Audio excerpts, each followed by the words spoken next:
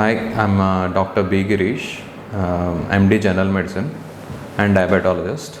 Now we'll be talking about diabetes, uh, which has caused a lot of problems in the world, as India is known as the diabetic capital of the world. So diabetes has two types, type 1 and type 2 diabetes. Type 1 usually are insulin dependent, and type 2 are insulin and they can run even on tablets. Nowadays, a good line of treatments have come under the diabetes. So usually to diagnose a patient has a diabetes or not, we have to do FBS, PLVS, HbA1c and complete urine examination followed by lipid profile.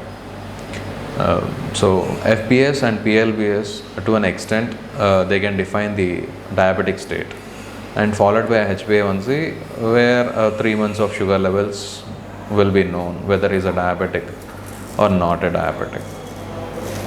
So in diabetic there's a lot of controversy going on between type 1 and type 2 diabetes. Nowadays they have removed the type 1 and type 2 diabetes, and they have defined it as insulin dependent and non-insulin dependent.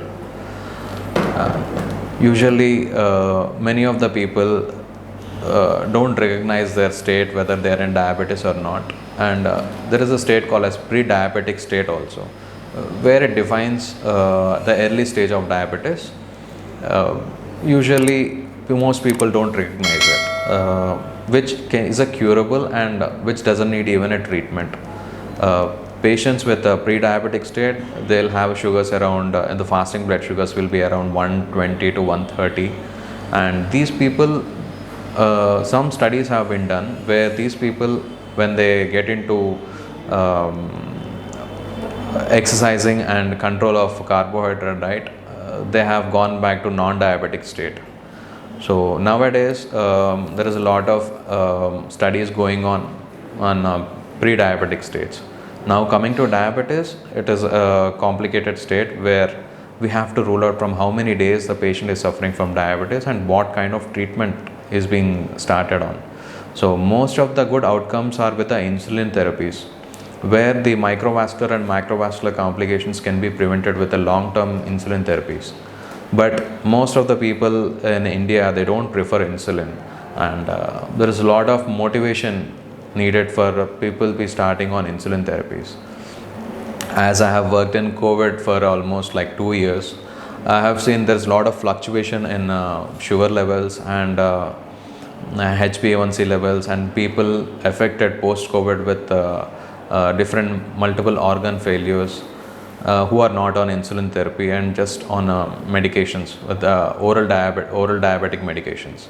So people who have undergone surgeries also, they need insulin therapy for better recovery.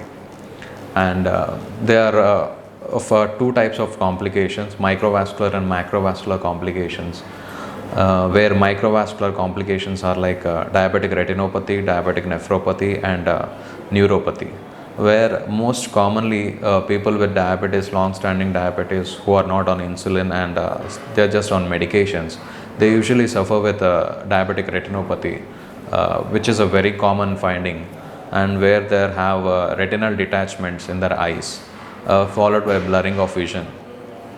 That is the most common sign which we see, followed by nephropathies, where you have kidney related problems with a lot of albumin and sugar in the urines and frothy urines, and neuropathies.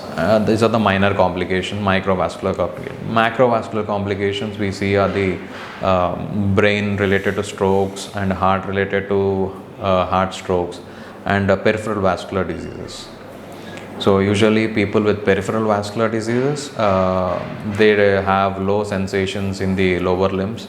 Whenever needle and prick sensations and numbness in the lower limbs and in the foot mostly, followed by numbness in the upper limbs also. So usually with people with diabetes, they have to be treated in a prompt way and aggressive manner so that complications can be avoided. And classical signs of diabetes are people having more amount of food in the daytime, followed by polyuria and polydips. Usually people with diabetes, the foot care is very important. They have to wear a soft sole, and they shouldn't be wearing any hard sole materials in the sole, in the shoes or chappal, whatever they are wearing. And due to there is a lot of numbness, prickle sensations, and pin prick sensations in the lower limbs.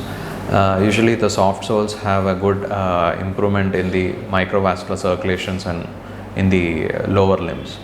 So usually we prescribe them with soft soles and diabetic foot care. And people who got injured with small injuries should not be neglected in the lower limbs, as they have low sensations in the lower limbs. There are more chances of